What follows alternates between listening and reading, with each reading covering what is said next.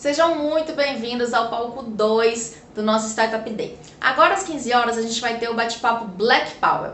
Neste bate-papo a gente tem a participação de 3 feras. O primeiro deles é o Carlos Humberto da Diaspora Black. O segundo deles, o Sérgio Wall da Conta Black. E a terceira, que vai moderar esses 2 feras, a Amanda Graciano do Cubo Itaú.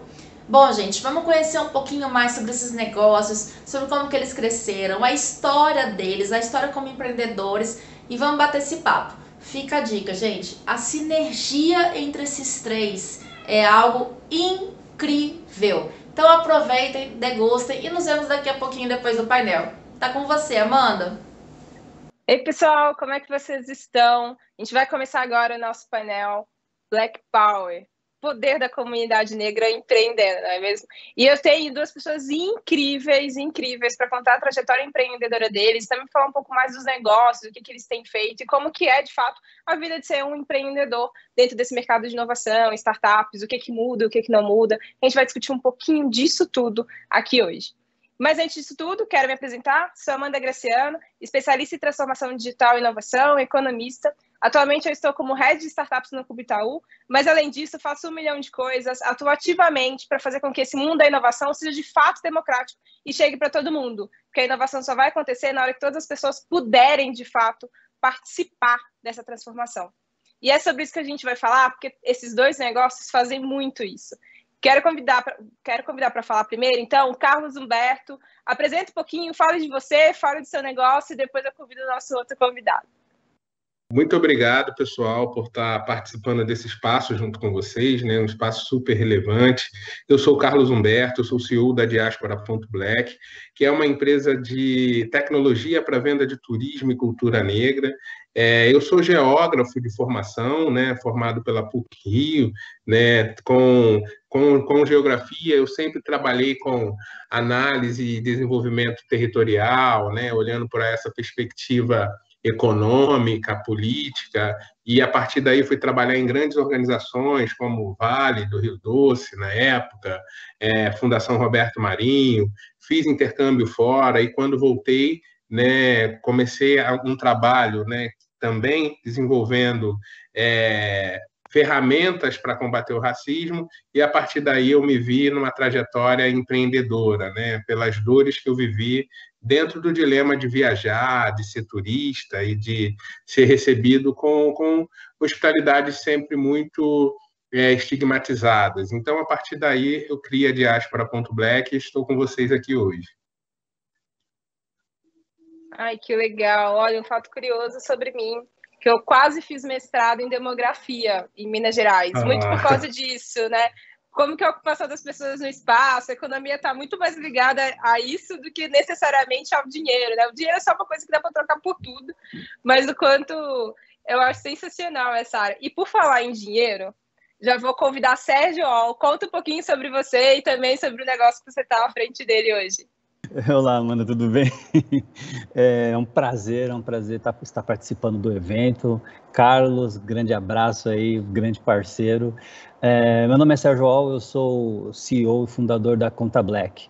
Mas o contexto de chegar até esse mercado, esse mercado financeiro, começou muito pelo contexto da minha juventude, né? Sempre vi a luta dos meus pais ali em colocar sustento para alimentar 6 bocas, né, que já não era fácil naquela época. Eu estou falando de final da década de 70, começo da década de 80, final da ditadura, sabe, a inflação em alta, em baixa. Então, aquilo me fez ser um jovem rapaz falando que queria ser alguém na vida para tirar a família daquela situação. Então, eu comecei empreendendo no segmento de jogos, numa época em que a internet era uma bolha, nem se falava em startup na época.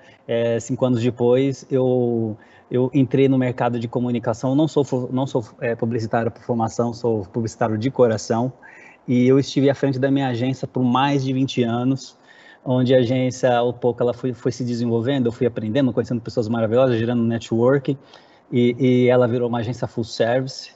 E foi justamente dentro desse segmento, um empresário preto que tinha um bom score, que tinha garantias, uma folha de pagamento altíssima. Fui pedir crédito, meu gerente me falou não.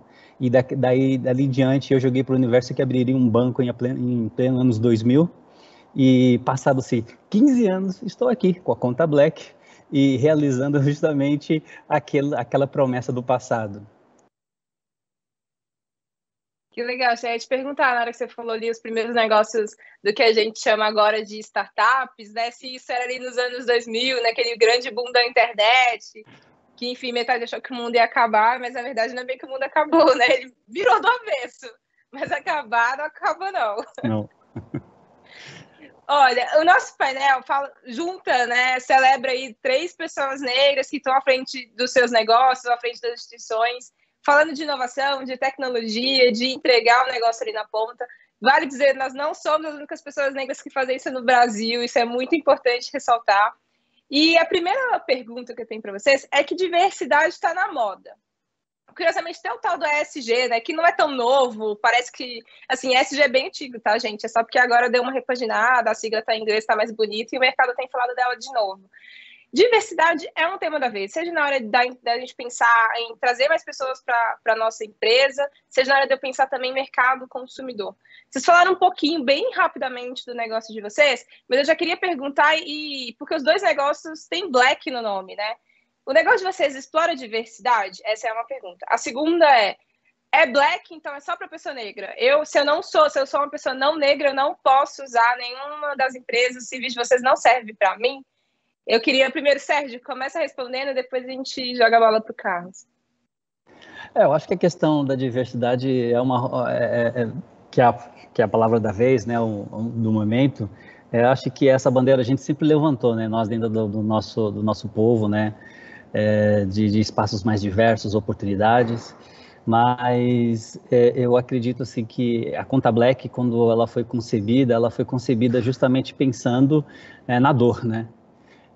Eu me vi com uma dor enorme e fiquei me questionando, poxa, se eu que tenho o nome limpo, tive ou não o crédito, imagina um irmão igual a mim que tem restrição, não consegue sequer abrir uma conta.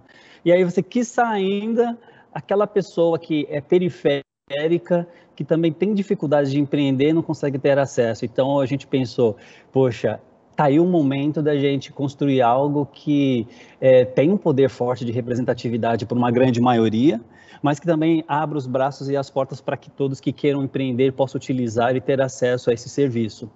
E aqui o contexto Black, nós somos às vezes duramente criticados por isso, né? Quando a gente lançou o Marca Conta Black, nós fomos duramente criticados até pela mídia, né? Não pela mídia, pelo comentário de pessoas sobre o assunto midiático. E uma vez uma pessoa me perguntou, vocês lançaram conta Black, vamos lançar conta White. Eu falei assim, peraí, você está fazendo uma provocação? Claro, porque está errado. Você já foi lá e abriu a conta? Não, você vai lá e abre a conta. Ele abriu a conta. Ele foi aprovado. Então, quer dizer, eu disse para ele, dentro de um contexto, o Black ele tem um poder de representatividade por sermos uma grande maioria, a grande maioria da população. E o Black do Premium, né? Por que não? Do importante, né? Nós somos importantes, né? Estou falando de uma grande massa de mais de 55 milhões de pessoas que se veem desbancarizadas, que empreendem e que a gente acabou entendendo que dentro dos nichos, dentro das etnias, dentro das regionalidades, elas têm um papel muito importante na economia e, assim, eu acho que eles podem ser Black, sim. Se o Black hoje representa 5% da classe bancária de clientes que têm um cartão Black, por que não pegar a grande maioria para serem Black? Aí a gente automaticamente associou esses 2 contextos, o da representatividade por ser a primeira fintech, né, protagonizada por pessoas negras, né, que é seu poder forte de representatividade, e o Black do Premium. Somos importantes. Incrível, contas Black aí, não é para qualquer um, né? Então foi uma jogada sensacional. E você, Carlos? É Black só para Black, não é? Conta um pouquinho pra gente. Bom, o meu sonho quando eu abri a primeira conta bancária era ter um cartão Black, né? Mas agora a gente pode realizar esse sonho, né, Sérgio? Que bacana.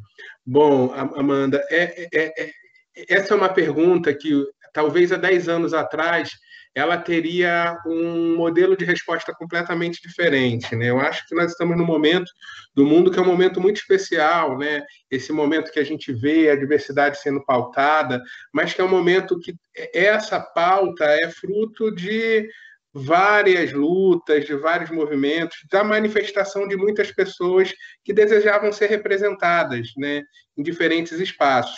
E quando a gente fala da diversidade étnico-racial, a gente está falando de uma população de mais de 115 milhões de brasileiros que não se viam representadas. Então, e não é uma população homogênea, né?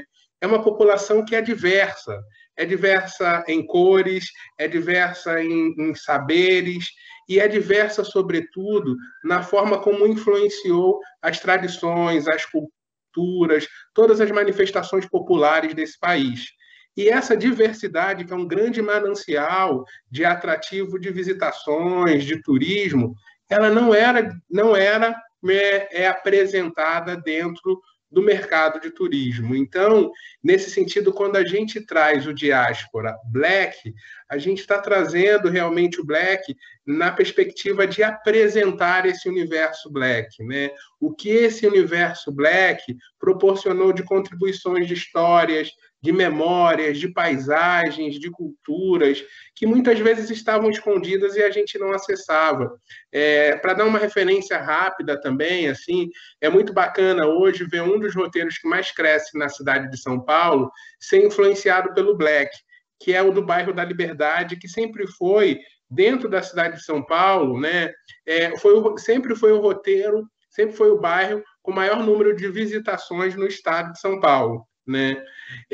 Se tratando, né, de um dos maiores destinos turísticos. E as pessoas saíam de lá sem saber porque o bairro tinha esse nome, né? Então, quando a gente abre uma plataforma para as pessoas que contam essas histórias oferecerem seus serviços e ver essa agenda se multiplicar dentro da nossa plataforma, a gente vê uma contribuição incrível e a relevância do nome Black, que é realmente esse o acento. Então, a nossa missão com Black é apresentar esse Black para todos, né, e todas. Incrível, viu? E olha, eu como mineira que hoje moro em São Paulo, esse redescobrir a história, o centro da cidade também tem muito da empresa de vocês, assim, eu falei, gente, como é que eu vou descobrir isso aqui? Eu acho o centro das cidades incríveis, né? E ele geralmente tem muita história. E São Paulo, por si só, também tem uma outra história quando olha dos povos indígenas, que é sensacional, e depende de soluções como a de vocês para a gente redescobrir esse Brasil, porque ele ficou escondido, ele de fato se escondeu. Vocês dois, nessas últimas falas, falando um pouco da diversidade, e se é só para Black ou não, né, nessa nossa brincadeira aqui, vocês falaram um pouquinho sobre o porquê empreender. Eu queria explorar isso um pouco mais. Quais foram as motivações de criar um negócio? Criar um negócio não é algo tão simples. O Sérgio mesmo disse que numa oportunidade de pedir dinheiro, né, para o banco já foi super desafiador. Imagine eu colocar um negócio de pé. Quais foram as motivações para que vocês pudessem empreender? E também, se vocês pudessem me contar um pouquinho da história, assim. Eu sei que o Sérgio empreende em família, eu sei que o Carlos também morou com seus sócios um tempo. Enfim, se puderem também explorar isso um pouquinho, eu acho que é legal, porque a gente dá uma desromantizada de quais são esses desafios de colocar o negócio de pé. E depois ela fala assim, putz, tem 4 anos, 10 anos, tem muito tempo que a gente está aqui fazendo alguma coisa de fato. Carlos, conta um pouquinho para a gente. Bom, assim, a minha primeira experiência empreendedora foi aos 12 anos, né? Como minha família era pobre e a gente não tinha dinheiro para sair, para, enfim, ir à praia. Eu sou do Rio de Janeiro, mas eu morava, né, nasci na Baixada Fluminense, Nova Iguaçu, e o acesso à praia não é tão próximo assim. Então, de uma família que a gente morava num terreiro, minha mãe acolhia várias pessoas, né? E aquela família grande não conseguia se deslocar, então, aos 12 anos, eu comecei a fazer excursões para a praia, né? Então, o que, né, não sei se a Amanda vai lembrar, mas na década de 80 tinha os farofeiros e a minha família era farofeira, a gente chegava de ônibus nas praias. E aquela foi a minha primeira experiência empreendendo no turismo, né? De você ir atrás do seu cliente, de você ir atrás dos fornecedores de ônibus, com 12 anos. E aí eu trago que essa, Amanda, é uma referência muito comum da população negra, né? Uma pesquisa feita recentemente pelo Sebrae destaca que tem 58 milhões de empreendedores e 51% desses empreendedores são negros, né? Mas grande parte desses empreendedores empreendem por necessidade, como eu aos 12 anos, né? Para eu acessar, né, o que era um bem público ali, né, foi uma estratégia. Então, grande parte dos empreendedores empreendem por necessidade.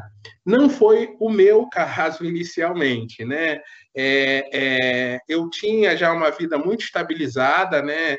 Tinha excelentes trabalhos, mas foi nesse processo de insatisfação, de não me ver mais onde estava, né, que eu acionei essa virada de chave e comecei a empreender. Obviamente que não é fácil, né? Você fazer essa transição.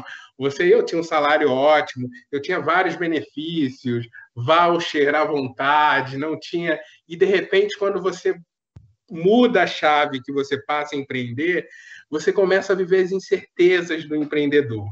Isso é um desafio muito grande, né? Eu gosto de desafios, né? Talvez por isso que eu seja, porque precisa ter essa pitada de loucura para você ter essa jornada visceral, porque não é fácil. E sendo um empreendedor negro, os desafios são muito maiores, né? Como o Sérgio, né, trouxe bem, você tem desafios desde você ser recebido com dignidade mesmo numa agência bancária, a ter um crédito sendo avaliado ou aceito, a outros desafios. Então, é uma jornada desafiadora, mas é muito prazeroso ver quando o negócio, né, obviamente que tem as tensões, mas ver o negócio acontecendo, sabe? Ver o seu negócio, no caso não é só meu, eu tenho mais 4 sócios que são super parceiros, e quando você começa a ver os resultados, isso não tem salário, não tem vida anterior alguma que te dê esse prazer, sabe? Então, hoje, a Diaspora.Black já está numa fase bastante consolidada. Obviamente que não foi fácil chegar até aqui, mas teve uma pitada de loucura, né? De desejar vivenciar essa experiência. Olha, porque o Carlos não contou, gente, mas teve uma dose de loucura mesmo, porque eles se mudaram para São Paulo, moraram juntos para fazer um negócio sair do papel de fato, enfim, tem sempre essas outras histórias, né, que ninguém conta. Carlos, você falou esse negócio do turismo, a minha família é do interior de Minas Gerais, né, de uma cidade que chama Divinópolis, não é uma cidade pequena, é um polo industrial da região, enfim, e eu viajei muito quando pequena, muito, muito, porque a minha avó fazia excursões. Então, eu viajei para muitas praias, porque como Minas não tem mar, mineiro vai em algumas praias do país. E também eu cheguei aí para o sul do Brasil, para algumas praias, com a minha avó. E aí, agora, só na vida adulta, que eu fui viajar de novo com o dinheiro do meu próprio trabalho. Mas é bem isso, assim. E aí, a família graciana, em Divinópolis, é muito conhecida por causa dessas viagens, que a minha avó fazia e levava meia cidade para viajar. Isso é muito curioso, porque isso chegou a acontecer mesmo, mais ou menos nessa época, assim, anos 80, anos 90. Então, foi um bom tempinho mesmo de viagens. Que eram essas estratégias, né? Nossa, mas você comentou aí dos desafios, é que eu não detalhei, né? Imagine você, uma pessoa que já, né, tinha ultrapassado algumas barreiras econômicas, eu vivia numa vida estável e de repente eu começo a empreender, não tenho mais salário, né? A nossa jornada para o negócio virar, vindo para São Paulo, foi realmente essa. Os sócios, morar com o sócio é a coisa, né? A gente, inclusive, uma amiga quer fazer um livro sobre a nossa experiência, porque a gente trabalhava 24 horas, você acorda de madrugada, vai na cozinha, tem alguém, você te fala da reunião do dia seguinte, é realmente uma insanidade, mas é muito bom. Sérgio, e você que o negócio meio não necessariamente sai de casa, né? É uma insanidade mesmo, não é? Quais foram essas motivações? Você falou um pouquinho já de uma motivação de empreender e criar um banco, mas conta um pouquinho mais pra gente como é que é essa sua trajetória empreendedora, assim, dá mais detalhes. Você já começou, mas conta pra gente mais detalhes.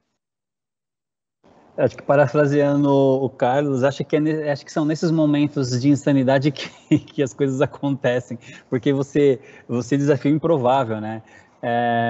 E acho que Eu acho que a pessoa não nasce empreendedora, né? Acho que você se torna empreendedor pela questão da necessidade, seja pela obrigação de fazer algo ou por presenciar, né? Então, quando eu via minha mãe, meu pai, minha mãe era diarista, meu pai era um metalúrgico, né?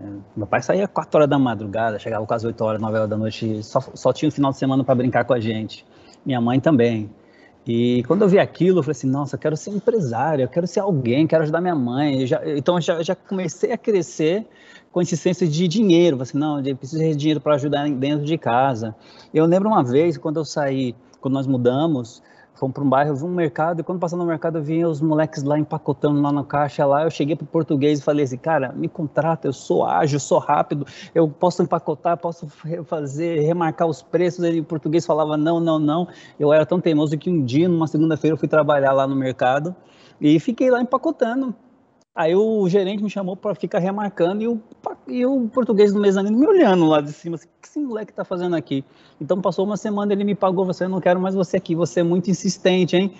Ou seja, então ele percebeu ali que eu tinha gana e a vontade de fazer alguma coisa, né? E eu não sabia que naquela época não era empreender, era a vontade de ajudar os meus pais. E aí teve uma época em que eu também tinha um amigo que o pai dele trabalhava numa fábrica de papéis, né? Então a empresa jogava muito papel fora naquela época.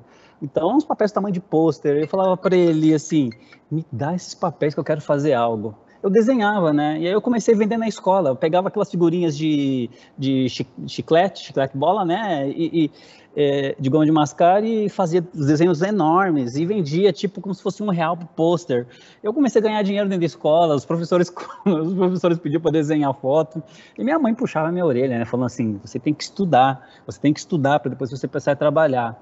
Então, quer dizer, eu procurei sempre ser empreendedor, vendi caixinha de correio, então eu fui fazendo uma coisa ou outra até entender esse meu lado vocacional, ao ponto de ter um único trabalho fechado em carteira, né? Trabalhei durante 8 anos numa empresa de loja de departamentos, conhecido na época como Mapping, era a coqueluche do momento. Comecei como office boy, depois terminei ali como assistente. Descobri que não era o que eu queria ser o intraempreendedor, falei assim, não, acho que eu quero ser dono do meu próprio nariz. Então também isso foi automaticamente me provocando, e isso foi um aprendizado de vida como empreendedor, porque você acaba redesenhando as rotas, né? E aí foi no momento quando a primeira empresa de marketing multinível veio no Brasil, entrou no Brasil, falei assim, poxa, está ali a oportunidade de ganhar dinheiro. E quando entrei, tudo que eu fazia para realizar o sonho da minha mãe. Minha mãe queria terminar a casa, ponto. Então eu fazia de tudo para querer ajudar minha mãe, e eu vi que no marketing multinível seria a forma de eu acelerar esse processo. Só que lá eu aprendi não somente a ganhar dinheiro, eu aprendi o senso de liderança, algo que acho que era importante, que faz parte hoje da minha jornada, né? E fiquei durante aproximadamente 2 anos nessa empresa de marketing multinível, e aí eu perdi minha mãe, um câncer, né? Essa foi a vida da minha mãe, e fiquei praticamente 2 anos com depressão, né? E aí foi um momento em que eu resolvi me conhecer, né? Conhecer as minhas fraquezas. E aí foi quando, 2 anos depois, ou seja, durante esses 2 anos, eu comecei a praticar leitura. Eu virei um cara autodidata, aprendi a programar, aprendi a fazer site, aprendi a fazer uma série de coisas. E aí o dia que eu colhei para a vida, assim, preciso fazer alguma coisa, preciso pensar em mim, o que eu vou fazer, Foi quando um dia, jogando videogame com meu primo, eu falei assim, vamos transformar isso aqui num negócio? Meu primo parou, olhou para mim, vamos. E aí a gente começou a empreender de fato, do zero. Aí eu peguei uma parte da minha rescisão, uma parte do que eu já ganhei, e aí começamos dentro de um barraco, dentro de uma comunidade, na madrugada, a programar, a desenvolver isso com 4 amigos. Aí eu usei o meu lado da liderança, aglutinei pessoas, e aí eu fui entender ali o senso de liderança, o senso de aprender a gerir o próprio negócio, gerir o próprio dinheiro. E assim, acho que o ser empreendedor, ele vem realmente com as adversidades, como o próprio Carlos falou. E aí ele tocou num ponto que eu lembro, me trouxe à tona o passado, né? A questão de ser farofeiro. Eu lembro, meu pai e meus irmãos, eu ia pequenininho na Praia Grande, e aquela excursão de ônibus remeteu muita questão do meu passado, de como tudo começou. Eu acho que ser empreendedor realmente foi o que me manteve. A questão do dinheiro, eu acho que nós aprendemos a fazer dinheiro do nada, ou seja, com uma boa ideia, para conquistar pessoas que nos ajudassem a desenvolver os nossos negócios, e aí isso acabou se transformando em network, que é hoje, né?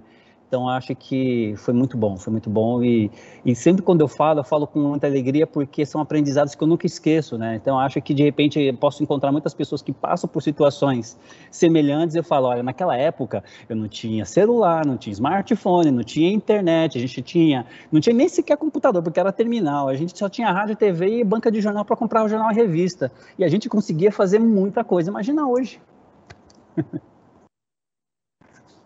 Nossa, é verdade, não tinha esse tanto de coisa, né? Você ia falar alguma coisa, Carlos? Não, eu achei muito curioso como essas histórias se encontram, né? O Sérgio falou duas experiências dele que foram similares à minha. A primeira, essa ideia de ajudar a dar a casa para a mãe, né? Então, a minha expectativa era muito essa, e eu sempre, enfim, sempre fui workaholic, eu acho que isso faz parte da minha natureza. E eu gostava do que eu fazia no trabalho anterior, mas a minha meta era dar uma casa para minha mãe. E depois que eu dei uma casa para minha mãe e dei a casa dos sonhos dela, 6 meses depois ela faleceu. Então, já não fazia mais sentido eu estar assim, trabalhando tanto naquela empresa, por mais que eu gostasse do que eu fazia, né? Mas eu não estava dentro de uma empresa que representava os meus ideais, né? E aí foi quando eu tive essa virada de chave, esse desejo de empreender, mas só para trazer essa referência em comum que eu achei super bacana. Os workaholics, né? Porque aqui vocês vão vendo, cada hora vocês vão vendo quem tá falando, mas a verdade as reações aqui na câmera, todo mundo falando assim, putz, eu também, todo mundo farofou na praia. A trajetória são parecidas. Vocês falando, o Sérgio comentou nessa coisa de ter feito muita coisa desde pequeno para ter dinheiro. Eu lembro que eu, quando pequena, eu aperreava minha mãe, não, mãe, compra, eu quero vender bala, porque as tias vendem bala na porta da escola e todo mundo compra. Aí eu lembro que algumas vezes minha mãe comprava aquelas caixas, tipo assim, ah, beleza, Amanda, vai lá e compra. Então hoje, com os meus colegas de trabalho, né, e assim, geralmente as pessoas que eu convivo quando a gente fala muito de inovação, agora fala de mesada, eu tava falando, gente, acho que eu nunca tive mesada. Eu tive que vender alguma coisa, eu tenho que trabalhar para ter o dinheirinho ali, que assim, R$1 dava para fazer milagres na época que eu era pequena. Então, era o dinheiro, né? Tipo, o dinheiro eu não vou te dar, mas eu te dou um negócio aqui que você consegue fazer. E essa coisa da mãe, a minha mãe hoje, é porque eu brinco assim, ó, vocês me conhecem, mas se vocês conhecerem meus pais, fica muito fácil me entender, porque a minha mãe é essa pessoa, né? Super referência no que ela faz. E aí eu ficava muito irritada de ser a filha da Maria das Dores, quando eu era nova.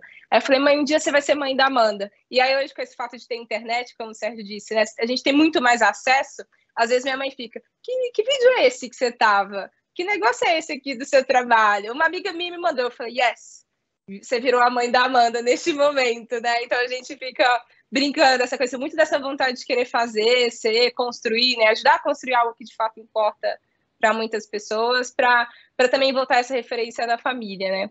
A gente está participando de um painel que é dentro do Startup Day, que é um evento do Sebrae para discutir inovação por diversas perspectivas. E eu queria explorar isso com vocês um pouquinho.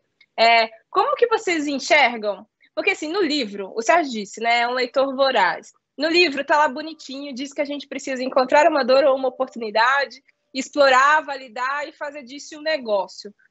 Como é que foi isso para vocês? Realmente assim? Funciona muito fácil? E como é que foi essa trajetória de vocês de validação? Porque colocar, pelo que vocês falaram dos negócios de vocês, não é tão simples colocar e muito menos validar esse negócio, né? Como que foi essa trajetória de tirar de fato do papel e fazer com que esse negócio seja rentável ao longo do tempo? Sérgio, começa aí um pouquinho, depois a gente pula para o Carlos. Eu acho assim, que o processo de validação ele aconteceu. Eu trabalho com mercado de comunicação já há um bom tempo, né? Então, todos os mentorados, os conselhos que eu dou nas consultorias, olha, conheça seu cliente, saiba onde ele está, renda per capita, as dores, conheça as dores dele, não veja o seu concorrente como seu inimigo, seja perto dele que você vai saber quais são os preços que ele pratica, quais são os pontos fortes, os pontos fracos. Então, eu acho que ao longo de toda essa jornada, quando eu saí daquele banco e falei que ia abrir um banco, e era em anos 2000, tá? Meu sócio riu na minha cara porque achava que eu jamais iria conseguir realizar isso, e outra porque eu achava que o mundo ia acabar. Mas quando isso não acabou, eu falei assim, poxa, eu vou lançar um banco. Eu joguei isso para o universo, eu acredito muito nesse negócio de energia, né? Joguei para o universo, passou-se 15 anos, e aí eu entendi que as peças foram se encaixando, e no momento de encaixar eu pensava assim, poxa, eu preciso fazer a imersão, eu preciso entender isso. Para isso nós criamos uma entidade chamada Afrobusiness. E foi através da Afrobusiness que nós pudemos fazer uma imersão 360 dentro do universo afroempreendedor, principalmente, porque se a gente for ver no contexto de 10, 15 anos atrás, os números não eram muito consistentes, então a gente tinha que ir a campo, né? Então, eu acho que foi uma grande bagagem que nós tivemos de entender as dores dos nossos irmãos, de quem é empreendedor, e aí a gente teve que fazer um processo de validação, né? O processo de validação do nosso caso foi entender o ecossistema do qual nós estamos implantando, né? Que é o ecossistema financeiro e bancário. A gente procurou entender quais são os potenciais concorrentes que disponibilizam um serviço semelhante, para a gente entender nessa mecânica como que seria o nosso principal investimento para fazer o negócio acontecer. E nesse trabalho de campo a gente entendeu principalmente num processo de dor, porque quando se fala de banco, existe essa questão muito complicada do relacionamento com o banco, com a instituição, com a porta giratória, com aquele cara de terno e gravata que está do outro lado da mesa. A gente também teve que entrar nesse âmbito para entender se, poxa, como é que eu posso fazer para ser mais acessível, né? Então, eu acho assim que o processo de validação nosso para atuar nessa área foi muito mais complicado. A gente teve que, aí eu isso aprendi desde o mercado de comunicação, eu tive que trazer para o nosso lado pessoas do segmento, do mercado, que conhecem muito do mercado, para nos dar todo o direcionamento possível e inimaginável sobre a implantação de um produto desse tipo. Do outro lado, a gente já fazia o trabalho de estar ao lado do empreendedor, de oferecer ferramentas para ele. E aí, no momento que a gente... o Afrobusiness tem 8 mil membros, e aí a gente entendeu assim, poxa, nós já demos tudo, demos experiência digital, experiência dele entender a parte contábil, a gente deu tudo. E aí eu falei, poxa, ele vai ter ainda o mesmo problema com a questão da instituição. Então foi quando eu resolvi vir para o conselho da Afrobusiness e 30 dias depois lançar a Conta Black, que foi em outubro de 2017. E quando a gente lançou o evento de uma forma muito estratégica. A Afrobusiness faz a cada 2 anos um jantar anual. No segundo jantar o tema era Black Money, eu me lembro como se fosse ontem. Convidamos a Monique Ervelli, convidamos a Adriana da Feira Preta, vários especialistas que já tinham números, dados consistentes, que é o que a gente utilizava como base, e eu falei assim, vou lançar nesse dia a Conta Black. E aí a gente lançou a Conta Black, já começamos o MVP com 200 contas, e aí o processo de validação continuou, entender os hábitos de usabilidade dessa plataforma e do uso consciente do dinheiro. Então foram steps que para nós serviu como aprendizado e até hoje continua sendo aprendizado, porque esse mercado, esse meio é muito dinâmico, e acho que como validação a gente já chegou à conclusão que do que nós já aprendemos, nos próximos anos nós queremos ser banco, mas banco mesmo, de verdade, com SPB e com tudo que esteja envolvido, e acho que o grande aprendizado está nisso, né? Você fazer uma imersão sobre todos esses temas. É incrível. Carlos, o pessoal vai sair daqui abrindo conta no Conta Black, você tá vendo, né? Carlos, e com vocês, como é que foi esse processo de validação? Olha, Amanda, antes eu só vou fazer uma retificação. Eu falei que são 58 milhões de afroempreendedores, quando não, são 5,8 milhões de afroempreendedores, né, que corresponde a 51% do total de empreendedores do país. Mas, assim, uma startup tem várias fases, né? E cada uma das fases tem várias etapas. E a primeira fase, né, é desse processo de validação, né, que começa na etapa anterior de você identificar a dor, né? Você precisa identificar a dor e, para além de identificar a dor, você precisa conhecer a dor, né? E essa dor, né, esse processo de identificação da dor, de vivência da dor, foi um processo pessoal que eu fui vivenciando durante anos, porque por alguns anos da minha vida eu trabalhei em empresas em que eu viajava muito, né? Eu viajava em uma delas, na Vale, eu ficava no Rio 2 vezes por semana só. Então, esse fluxo de viagem me colocava numa vivência desse mercado receptivo, né? Então, eu vivia situações recorrentes em hotéis, situações de racismo muito sutis, né?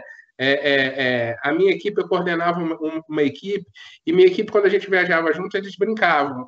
Olha, Carlos, você pode ser o chefe, mas você fica por último para fazer o check-in, porque o meu check-in era sempre o mais demorado, as pessoas não encontravam, sempre tinha algum problema com o meu check-in. Essas experiências que eu fui vivenciando, né, somada a uma experiência que eu vivenciei dentro da minha casa, né, que foi, eu morava num apartamento no Rio de Janeiro, num bairro muito turístico, no centro do bairro, que é o bairro de Santa Teresa. A vista do meu apartamento era incrível, era um apartamento ótimo. Quando eu fui morar nesse apartamento, alguns amigos que moravam no bairro me estimularam a alugar um dos quartos da minha casa numa plataforma, né? E foi nessa plataforma que eu comecei a viver situações de racismo dentro da minha casa. E aí eram constantes, né? As sutilezas da chegada das pessoas. E ali eu entendi, não só pela violência do que eu estava vivendo, mas pela indignação de pagar por um serviço que me submetia a viver aquela experiência dentro de casa, né? E dali eu entendi que era necessário existir um serviço que protegesse, sobretudo, as pessoas negras de viverem essas situações e que preparasse o setor de turismo para que tivesse um receptivo mais inclusivo, né? Então, essa dor eu conhecia bem. Então, quando nós começamos a desenvolver a diáspora, já tinha esse legado pessoal de conhecer a dor, mas isso não era o bastante. A gente precisava, além de conhecer a dor, entender o mercado. Então, a segunda fase, né, para além da dor, foi se reunir, né, reunir os sócios, para a gente começar a levantar, a conhecer o mercado, saber se o que a gente estava pensando teria uma aderência ou não. A partir daí, depois de uma pesquisa apurada, nós entramos realmente na etapa, né, dessa fase inicial de desenvolver, porque nós fomos ousados, nós pensamos já em começar a empreender um negócio escalável, né, de tecnologia, né, algumas pessoas nos chamaram de loucos também. Então a gente precisava começar do zero, né, que era o quê? Desenvolver um beta, né, desenvolver um mínimo produto viável para a gente validar, começar uma outra etapa da validação. E foi muito bacana que nessa fase inicial, que a gente desenvolveu uma página bem mambembe, mas mais para validar a adesão das pessoas, a gente esperava receber 20 cadastros somente, e nós recebemos em uma semana mais de 100. Aquilo para a gente era tão extraordinário, porque nós realmente achamos que seria, né, mais desafiador. Mas então esse processo de validação, que é a primeira fase de uma startup, a gente não só conhecia, mas a gente aprofundou o conhecimento do negócio com uma análise de mercado e também fizemos o dever de casa, né, de começar pelo mínimo viável, mínimo pelo MVP, né? Validamos o MVP e o processo de validação. Nós só saímos dessa fase, que não foi uma fase tão rápida, né? Nós só saímos dessa fase praticamente no ano passado, né? Após receber um aporte, ano passado não, em 2019, quando nós recebemos um aporte de um fundo, né? De um fundo Venture Capital, né? Que agenciou uma rodada de Act Crowdfunding, e a partir desse aporte, porque esse aporte reconheceu que a gente já tinha validado, porque a gente já tinha um fluxo de vendas, mas era muito baixo, então a gente precisava aumentar essas vendas, né? Então, essa primeira fase inicial do negócio, ela foi também muito desafiadora, reservou para a gente alguns desafios desafio da jornada empreendedora, sobretudo do empreendedor negro, da gente não conhecer algumas ferramentas, da gente não ter acesso a algumas metodologias. Então, esses desafios foram todos sendo superados, dando um passo de cada vez. E até essa é a dica, né, para um empreendedor, uma empreendedora que possa estar assistindo, né, não queira dar um passo maior do que sua perna pode dar, que é importante que o seu negócio viva cada etapa, porque cada fase te propõe conhecimentos que depois você não vai precisar vivenciar os mesmos erros, né? 100%. E aí, Carlos, você começou a falar, eu tenho mais 2 perguntas, a gente está indo para o final, eu estou sofrendo, porque aí agora vocês foram falando, eu já pensei em mais 20 coisas que eu queria saber, porque eu sou curiosa. Mas você falou um pouquinho, você falou que um fundo capitaneou ali uma rodada e vocês fizeram um equity crowdfunding. Essa é uma pergunta que eu queria fazer para vocês, né? Vocês falaram de MVP, validei o negócio, o MVP de vocês não foi pequeno, nenhum dos dois já foram fazendo um MVPzão, né? Quase um produto beta. Como que foi a estratégia de captação de vocês? E você, Carlos, falou, né, que vocês foram para o equity crowdfunding. Qual que é a diferença para quem assim não sabe, né? Porque geralmente a gente acha que é só um fundo, vou pegar um dinheiro com o VC, porque geralmente é o que é mais falado no mercado. Mas qual que foi a diferença também para quem está escutando a gente conseguir entender que pode ter a ver com a etapa, mas também pode ter a ver com a tomada de decisão que aquele grupo tomou? Então, Carlos, conta um pouquinho para a gente, depois a gente também vê, o Sérgio tem uma experiência de captação um pouquinho diferente, então só para a gente comparar. Eu começo dizendo que existem vários modelos de investimento, sobretudo para uma startup, né? Existe o investimento inicial, que geralmente é um investimento seed, que é geralmente feito por um anjo, ou na maioria das vezes nós não temos anjos, então os nossos cartões, as nossas famílias, e no nosso caso nós fizemos um crowdfunding, né? Justamente nessa fase inicial, para a gente desenvolver, né, o MVP, nós fizemos nós lançamos, né, uma página ainda em beta com uma campanha de crowdfunding. E com essa campanha, que na época Benfeitoria ainda nos disse que era a mais ousada da comunidade negra, que a nossa meta era 15 mil, né? E o que era muito pouco ainda para desenvolver o ousado que a gente queria. Mas nós conseguimos bater a meta. E aí tivemos uma primeira captação ali via esse modelo, né? Que é geralmente um modelo muito usual aí por quem está nessa fase inicial.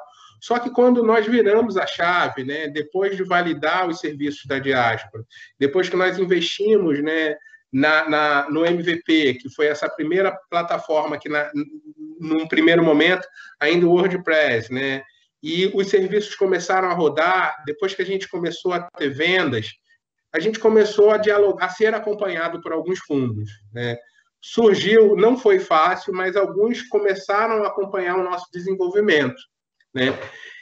Por conta de algumas acelerações que nós fizemos, nós fomos acelerados pela Estação Hack do Facebook, que nos deu uma capilaridade de network muito grande, e a partir dali nós começamos a dialogar com alguns fundos. Mas nós começamos um diálogo, né, de investimento, de aporte, para uma fase, né, para você fazer essas vendas crescerem. Então, que naquele momento, para a gente, era ainda uma fase de validação, porque, de fato, a gente não tinha uma tecnologia nossa, né? Era uma tecnologia terceirizada. Então, para a gente ainda, não deixou de ser um investimento seed. Então, nós topamos, né, um diálogo com o fundo para ter esse primeiro aporte, né, com a chancela de um dos maiores fundos, né, VC, que é super respeitado, né, e que topou essa rodada num modelo que os fundos estão aderindo também. A CVM deu uma brecada, né, acabou dificultando o crescimento desse modelo. Mas muitos fundos estavam usando esse modelo novo de criar uma plataforma para você captar novos investidores com tickets menores e que pudessem ampliar aí a diversidade de investimentos dentro dos fundos. Então, nós entramos num diálogo com esse fundo, com a Vox Capital, nessa perspectiva de ter, foi o primeiro negócio, né, afroempreendedor que foi validado para chegar nessa fase de investimento com eles, e a partir daí nós começamos esse diálogo via esse modelo. Mas o modelo exige, que é um modelo de captação, que você mobiliza investidores para investir no seu negócio via um agente. Nesse caso, o agente era esse fundo, né? Então, esse agente que dá toda a credibilidade do acompanhamento, da validação do negócio, das métricas, porque não adianta. Se o seu negócio não tiver resultados, dificilmente você consegue um investidor que queira top investir na ideia. Você precisa mostrar resultados. Então, como a gente já tinha algum resultado sólido, nós conseguimos essa virada e conseguimos captar aí 600K nesse primeiro aporte. Esse aporte era para a gente desenvolver uma tecnologia própria, né, para venda de turismo no modelo presencial, né, ou seja, do sistema de reservas, de hotelaria e tudo mais. Sistema esse que foi atropelado pela pandemia, né? Então, eu só vou fazer um parêntese rápido, porque quando a gente começou a ter um negócio escalando, nós fomos atropelados pela pandemia e em 2 dias nós vimos 98% das nossas reservas serem canceladas. Naquele momento nós entendemos que ou a gente velaria a empresa ou a gente precisava encontrar um outro caminho. E como o nosso modelo é um negócio de tecnologia, um marketplace, nós ativamos uma nova função no marketplace, que era a venda de eventos online. A partir daí, nós voltamos à estaca zero, voltamos tudo de novo, porque a gente não conhecia esse mercado, e aí foi fazer tudo isso numa velocidade muito grande, porque a gente tinha uma equipe, o negócio não podia parar. Né? Então, voltamos tudo de novo a uma fase de beta, de validação, e hoje nós conseguimos validar mais uma vez, estamos entrando numa nova rodada de captação, né? Dessa vez na série A, né? O Round A, que é uma captação que está voltada mesmo para fazer o tracionamento das vendas. Então... Olha, eu já disse para vocês dois aqui em off que eu quero estar cada vez mais perto desses negócios, hein? Olha, tem link, tem lugar para escrever. Mas mentira, mas sem dúvida nenhuma, quando a gente começa a ver negócios como esse crescendo, né? É assim, gente, precisa ter mais empresas, mais exemplos como o de vocês. A gente precisa conseguir impulsionar cada vez mais, né, negócios também, né, de empreendedores negros. Sérgio, e a experiência de vocês? Como é que foi essa captação? Você contou um pouquinho para a gente em off, mas conta para a gente aqui. A nossa foi dolorosa um pouquinho no começo, né? Porque falar em lançar a primeira fintech, a primeira conta digital, que até então muitos não entendiam o nosso posicionamento por causa da marca, porque o mercado publicitário, graças a Deus, me deu uma coisa que é muito muito valiosa para mim, que é network, né? Então, procurei sempre dentro de clientes que atuaram na área de segmento financeiro, assim, preciso de uma ajuda para você me dar uma visibilidade, e muitos que os conheciam, eu falei assim, esse projeto não vai parar em pé, mas aí a gente começa a se questionar, caramba, temos um público potencial, um público que consome, que movimenta trilhões, bilhões fora dos bancos, consome trilhões, como que um projeto desse não para em pé? E aí a gente começou a entrar em parafusos, mas uma coisa que a minha mãe sempre falou atrás, que tudo que eu quiser ser na minha vida, eu seria, desde que eu estude e me prepare. E o mercado de comunicação me preparou para isso. Eu já tinha fundo de reserva guardado, inerente ao primeiro negócio que eu vendi e também da área que eu atuei, que eu estava atuando. E no momento que a gente resolveu colocar o barco mesmo para andar, eu falei assim, olha, gente, não sei como o mercado vai reagir, mas acho que a gente tem que colocar com os próprios recursos. Então eu fui lá e coloquei dinheiro, banquei algo como se fosse algo em torno de 5.000 contas bancárias. Fui lá, banquei à vista, Assim, eu vendi carro, eu que pagava aluguel, fui morar com a sogra. Eu peguei raspei todas as minhas, ou parte das minhas economias e fui lá e eu fui o primeiro investidor disso. Então, a gente aprendeu também, a gente também gastou dinheiro de forma desnecessária, a gente foi aprendendo no decorrer. Eu percebi que dentro dessa área que a gente atua, a gente precisa ter muito conselheiro, pessoas da área de banco, para nos dar alguns direcionamentos, e isso foi que nos endireitou. E aí a Conta Black, depois da sua primeira aparição em 2017, 2018, o assunto de empreendedorismo, crédito, desbancarização estava muito em alta, e aí do nada eles viram uma matéria postada num portal falando sobre a Conta Black, o que nos gerou uma certa exposição midiática, e essa exposição midiática foi no Pequenas Empresas Grandes Negócios de domingo, né? Então você imagina, a gente aprovava a conta no dedo. Imagina você passar a madrugada e ficar apertando o dedo lá para aprovar, ver documento. Foi uma experiência maravilhosa. Mas aí a gente acabou percebendo a visibilidade que o negócio começou a gerar, e aí a gente entendeu que trazer mais dinheiro era possível. E aí a gente mostrou para o mercado as possibilidades de crescimento.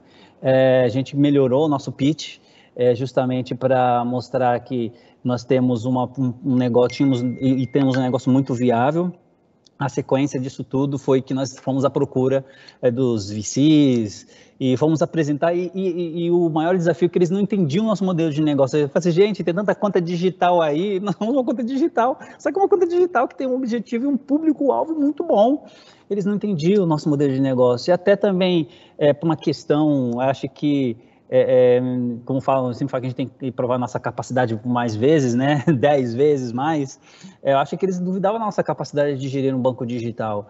Então, a gente também se posicionou e tivemos que trazer para dentro de casa um time de pessoas que são de mercado, justamente para mostrar, olha, eu tenho agora um CFO, agora eu tenho um diretor jurídico, eu tenho uma diretora de marketing, eu tenho um diretor de antifraude. Então, a gente foi aprendendo ao longo dessa jornada, porque a gente acabou aprendendo que o processo de captação, o time é muito importante para a segurança do investidor.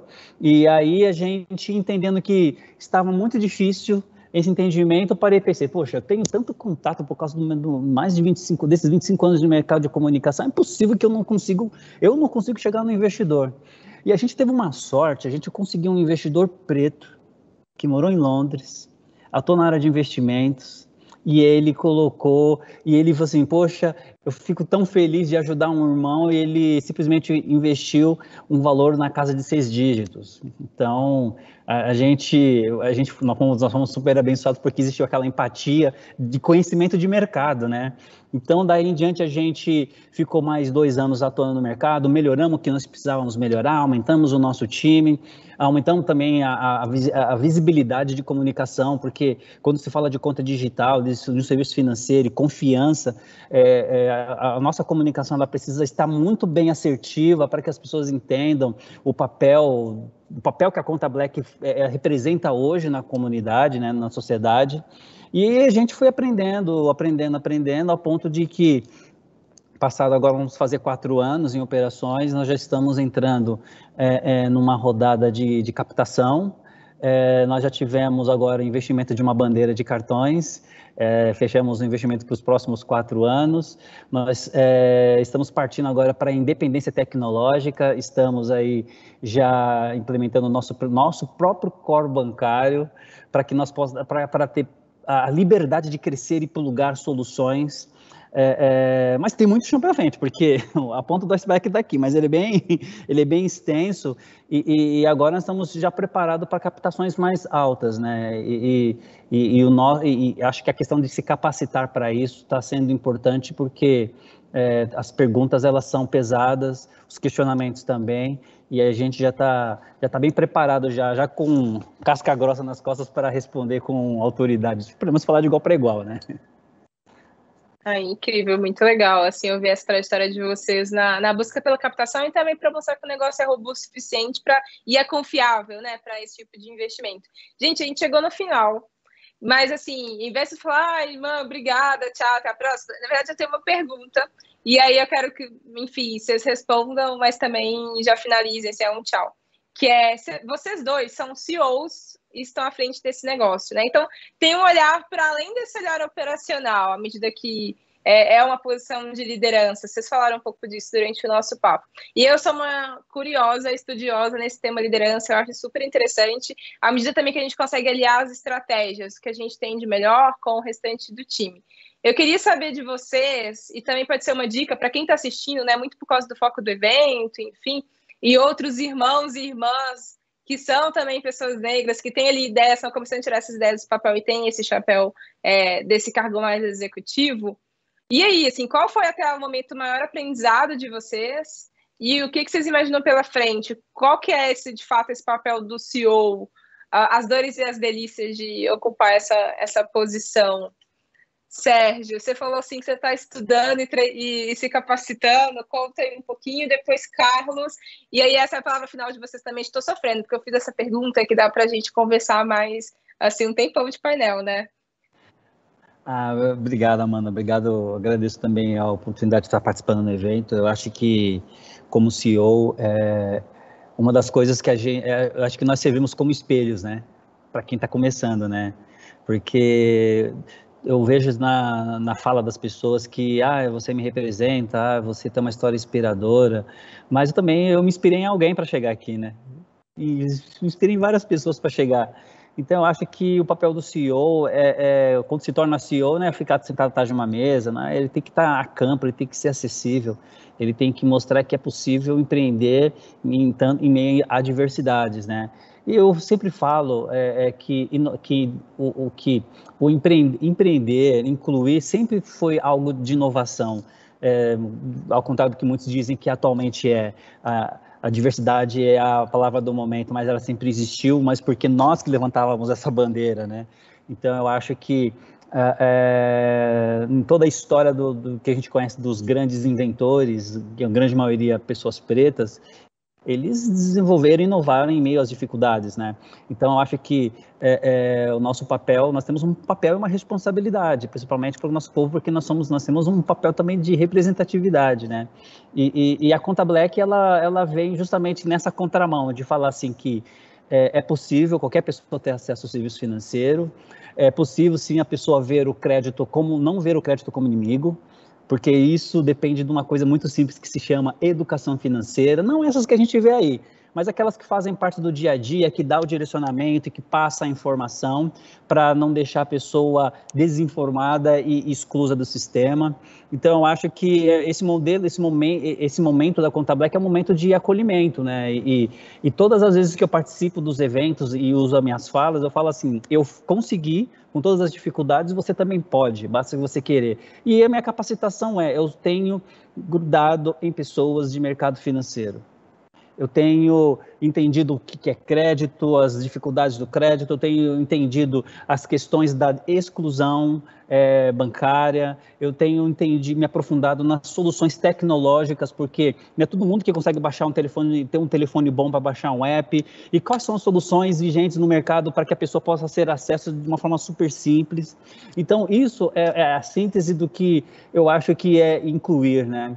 E a gente tem também uma responsabilidade, né? Nós somos representantes de uma população que até então o sistema sempre segregou e a gente está fazendo o contrário, né? Estamos mostrando que é possível nos apoiarmos, crescermos juntos, usar a palavra que eu sempre vi num livro, resistir, crescer e perpetuar. Então, eu acho que são as três frases que eu sempre levo comigo, e eu acho que a Conta Black ela veio justamente para fechar esse ciclo. Nossa, gente, anota. O Sérgio não contou o nome do livro, mas já anota para vocês procurarem. E essa dica de ir conversar, né, com as pessoas que são deste lugar que você quer aprender a aprimorar o conhecimento é fundamental, E não necessariamente nossos irmãos aprenderam isso rápido, né? A gente talvez tenha demorado um pouco mais para descobrir que uma parte desse jogo tem esse pedacinho. E você, Carlos, quais são os seus segredos aí na posição de CEO? Quais dicas? Como que é? Eu acho que, além dessa responsabilidade que o Sérgio traz muito bem, né, de sermos CEOs, acho que no momento ainda de poucos empreendedores dentro, né, desse mercado de inovação, ainda diante de todo o quantitativo de negros e negras que ocupam esses espaços. Então, a gente tem uma responsabilidade, né, dessa representatividade. Mas, para além disso, ser CEO, eu vejo que, acho que como dica ou como papel, é ouvir, tem um processo de escuta diário, sabe? Dos sócios, da equipe, do mercado, e transformar essa escuta em reflexão para depois tornar em ação, estratégia e desenhar junto com a equipe. Então, eu acho que o CEO é aquele grande maestro que vai tentando ouvir e orquestrar ali diferentes talentos, diferentes skills para dar conta ali do crescimento da empresa. Não é uma jornada tão fácil, é uma jornada, às vezes, que é muito solitária, né, porque você tem o compromisso de fazer a empresa crescer e o seu papel é você mobilizar, orquestrar essa grande canção que vai fazer o negócio rodar, né? Então, mas é um papel assim maravilhoso que eu tenho muito prazer em exercer. Agora, eu quero agradecer também por esse espaço, convidar as pessoas que não conhecem para conhecerem a Diaspora.Black. É o espaço que vocês podem, né, online, encontrar nesse espaço histórias, lugares, pessoas, né, conhecimento sobre cultura, arte, sobre como ser antirracista, sobre o que é branquitude, sobre todos esses elementos que permeiam a história da população negra. Na Diaspora.Black você consegue hospedagens, você consegue essas experiências presenciais, quando retornarmos aí, né, no modelo presencial, mas, sobretudo, hoje você consegue vivenciar essas experiências de conhecimento da sua casa. Então, eu convido quem não conhece para conhecer um pouco mais do nosso trabalho e desfrutar dessa beleza, dessa riqueza que a população negra trouxe de história, memórias, culturas e identidades para o nosso país. Muito obrigado, Amanda. Espero que tenha contribuído. E, Sérgio, sou fã de vocês, hein? Meu cartão Black já vou providenciar. Em breve, novidades virão. Ainda mais que tá todo mundo falando que tá captando, hein, gente? Então, olha, geralmente quando fala que tá captando é porque tem novidade implícita na frase captação de dinheiro. É porque... não, Amanda, quando fala que tá captando é porque tem desafios maiores. Tem esse olhar para o futuro, né? Bem grande. Ó, só para ter certeza, diaspora.black e contablack.com. É assim que a galera consegue encontrar a solução de vocês, né? Então, gente, não percam tempo. Vamos lá, todo mundo fazer o nosso cartão Black e também ter acesso ao conhecimento e todas as outras informações e eventos e hospedagens futuramente que a Diaspora.Black pode nos fornecer. Gente, foi um prazer poder mediar esse papo e conhecer um pouco mais de vocês. Muito obrigada pelo convite também, Sebrae Nacional. Continue acompanhando aí o Startup Day. Foi um prazer, até a próxima. Tchau, tchau. Muito obrigada, Amanda. É um prazer acompanhar esse super bate-papo que vocês tiveram. E agora, para quem continuou com a programação com a gente, lembra que vocês têm que entrar no www.sebrae.com.br/startupday para escolher se vocês vão para o palco 1 ou para o palco 2. No palco 1, vocês vão ter aí um super bate-papo sobre inovação aberta, mas vai ser inovação aberta num modelo diferente daquele que geralmente a gente conhece. Quando a gente pensa em inovação aberta, a gente pensa na grande empresa abrindo seus negócios, abrindo a sua mente, né, digamos assim, para startups, para esses novos modelos de negócio mais acelerados, mais rápidos. A gente vai tratar sobre inovação aberta, mas pensando no pequeno negócio. O pequeno negócio também é capaz de conseguir abrir os seus negócios para inovação, de também fazer negócios com startups, de também acelerar o seu modelo de negócio. Então a gente vai bater um papo aí e conversar um pouquinho mais sobre isso, inovação aberta com pequenos negócios e startups. Já no palco 2, a gente vai bater um papo sobre internacionalização de startups. A gente fala que toda startup começa pequena, mas já sonhando grande, já pensando em ir para fora, né? Então a gente vai ter um bate-papo no palco 2 sobre oportunidades de negócio em Lisboa. Lisboa, gente, é um dos próximos destinos aí do Startout Brasil. O Startout é um programa co-realizado pelo Sebrae com outras instituições. Eles estão com inscrições abertas para o Ciclo Lisboa, que abriram agora, dia 17.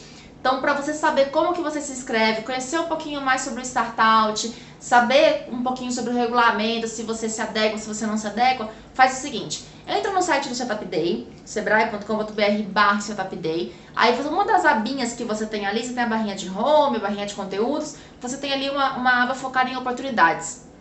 Aí você tem vários cards dentro dessa aba. Um desses cardzinhos, um dos primeiros ali, é o card do Startout.